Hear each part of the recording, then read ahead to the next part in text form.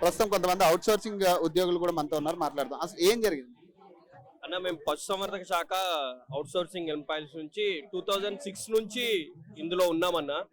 1800 జీతం నుంచి చేసినామన్న ఇందులో.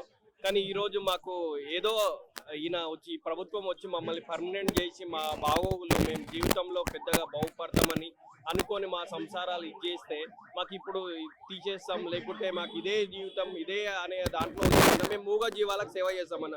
చాలా సార్లు మీరు ఇక్కడ ధర్నా పెట్టడం జరిగింది, మీ సమస్యలు చెప్పుకోవడం జరిగింది. కనీసం ఎవరైనా మంత్రి దగ్గర నుంచి కానీ కనీసం క్యాబినెట్ నుంచి ఎక్కడి నుంచి అని మీకు పిలుపు వచ్చింది అసలు? అంటే మీ సమస్యలు ఏంటని విన్నవాళ్ళు ఇప్పటి వరకు అయితే మమ్మల్ని మభ్య పెడుతున్నారు సార్. ఇప్పుడు ఈ కమిటీ అనేది వేయడం కూడా మాకు ఈ సర్పంచ్ ఎలక్షన్లు వచ్చినాయి కదా, అంతే. ఇది మభ్య పెట్టడం తప్పితే మాకైతే న్యాయం చేసేటట్టు కనిపించట్లేదు.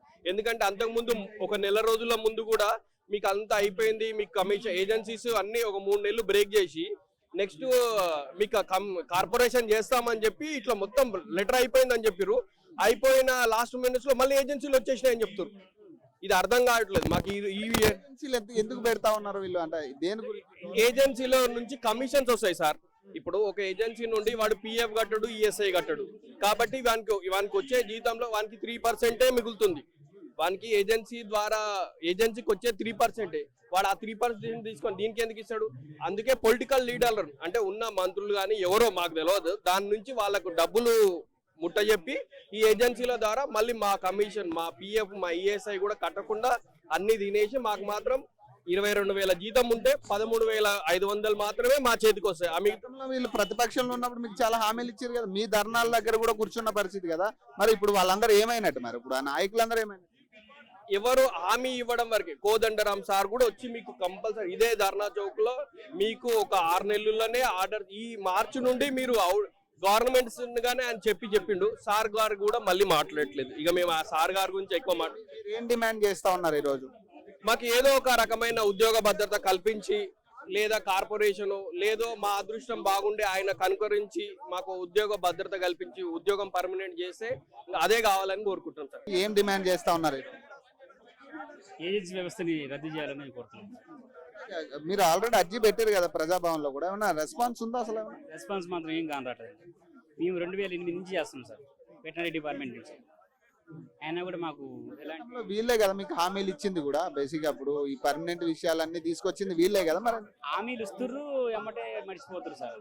ఏంటన్నా మీ డిమాండ్స్ ఏంటి ఈరోజు? అది ఫారెస్ట్ డిపార్ట్మెంట్ అండి, మాది ఆదిలాబాద్ నుంచి వచ్చినాం మేము. మాది ఫస్ట్ డిమాండ్ ఏంటంటే సార్, మాకు ఈ ఏజెన్సీ పద్ధతిని రద్దు చేయాలి. మేము అడవిలోనే 24 గంటలు మేము పని చేస్తాం. మేము బేస్ క్యాంప్ అని మమ్మల్ని అంటారు, మేము బేస్ క్యాంప్ లో పని చేస్తాం. మేము 66 మంది మా డివిజన్ లో ఉన్నాం ఆదిలాబాద్ లో. మేము మరి ఘోర మృగాలకు, ఇటు మరి స్మగ్లర్లకు వీళ్ళ మధ్యన మేము మా యొక్క జీవితాన్ని మేము ఎల్లవేళ పొద్దున మేము 6 గంటలకు వెళ్తే సాయంత్రం 6 అవుతుందో 7 అవుతుందో 8 అవుతుందో తెలియదు. మరి ఇలాంటి పరిస్థితుల్లో మాకు జీతాలు కూడా టైంకు రావటం లేదు. మరి కూడా ఇట్లా మరి ఇందిరా చౌక్ ధర్నా చేసిరు కదా, మరి ఇందిరా పార్క్ దగ్గర మరి ఎప్పుడైనా స్పందన ఉందా? కనీసం గవర్నమెంట్ నుంచి ఏమన్నా సమాధానం కానీ మీ డిమాండ్స్ కి సంబంధించి ఏమన్నా ఎవరైనా స్పందించారు? ఇంతవరకు మాకు ఎలాంటి స్పందన రాలేదు. మరి ప్రభుత్వం కూడా ఎలాంటి స్పందన అనిపిస్తలేదు మాకు. మరి మేము ఫారెస్ట్ మినిస్టర్ని కూడా ఇట్లా కలవడం జరిగింది, కానీ వాళ్ళ నుంచి కూడా ఎటువంటి స్పందన రాలేదు. మరి మేము ఇది చేస్తాం అది చేస్తామన్నాడు తప్ప మాకు ఎలాంటి హామీలు అనేవి ఇంతవరకు ప్రభుత్వం కూడా ఇస్తలేరు. మరి రాజకీయ నాయకుల నుంచి మమ్మల్ని మాత్రం అధికారులు మాత్రం మీరు పని చేస్తలేరు, మీరు అటు వెళ్తలేరు, మేము లేనిదే వాళ్ళకైతే దారి కూడా తెలియదు ఈ జంగల్లా. అంటే మేము అక్కడ పని చేస్తాం కాబట్టి మా బాధ ఏంటో మేము చెప్తున్నాం. మా డిమాండ్స్ ఏమంటే ఏజెన్సీ రద్దు కావాలా, ఏజెన్సీ వ్యవస్థని ఎత్తివేయాలి అంతే. డైరెక్ట్ గవర్నమెంట్ మాకు జీతాలు ఇవ్వాలి. ప్రజాభవన్ లో కూడా మీరు అర్జీ పెట్టుకున్నారు కదా, కనీసం ఎవరైనా స్పందించారా?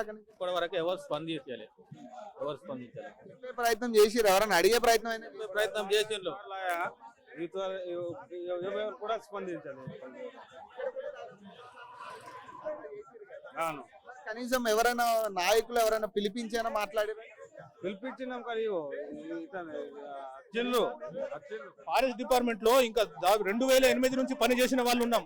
సగం మంది అయితే చనిపోయినరు. ఆ చనిపోయిన వాళ్ళు కూడా వాళ్ళ కుటుంబాలు కూడా రోడ్డున పడ్డాయి. కొందరైతే చిన్న చిన్న పిల్లగాళ్ళు ఉన్నారు. మొన్ననే నిర్మల్లో కూడా చనిపోయినరు ఇట్లా అనారోగ్యం కారణంగా వల్ల. అలాంటి వాళ్ళకు కూడా ఎలాంటి మరి రేంజ్ ఆఫీసర్ నుంచి కానీ డిఓపల్ నుంచి కానీ సిసిఎఫ్ నుంచి కానీ ఎలాంటి ఏమి సాయం కూడా లేదు.